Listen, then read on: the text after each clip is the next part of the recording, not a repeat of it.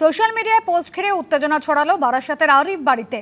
বারাসাতের টালিখোলা এক ব্যক্তির বিরুদ্ধে ভারত বিরোধী পোস্ট করার অভিযোগ তুলে বিক্ষোভ দেখাতে থাকেন স্থানীয় কয়েকজন। ঘটনাস্থলে পুলিশ গেলে অভিযোগ, পুলিশকে লক্ষ্য করে চলে ইট বৃষ্টি। হামলায় জখম হন এক পুলিশ কর্মী। পরিস্থিতি নিয়ন্ত্রণে আনতে কাঁদানে গ্যাসে শেল ফাঁচায় পুলিশ। পুলিশ কর্মীদের ওপর হামলা চালানোর অভিযোগে বেশ কয়েকজনকে গ্রেপ্তার করা হয়েছে। সোশ্যাল মিডিয়ায় পোস্ট করা ব্যক্তির বিরুদ্ধে আইনগত ব্যবস্থা নেওয়ার আশ্বাস দিয়েছেন বারাসাতের এসডিপিও বিদ্যাকর অজিঙ্কা আনন্দ।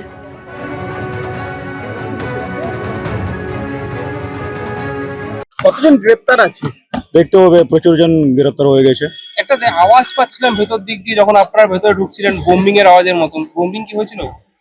দেখতে হবে, বম্বিং কিছু হয়নি। পুলিশ থেকে কিছু টিয়ার গ্যাস মারা হয়েছে, কেন কি উনি পত্থর অ্যাটাক পত্থর ডিল ছড়িয়ে দিলেন পুলিশের উপরে। একটা পুলিশ ইনজুরি হয়েছে।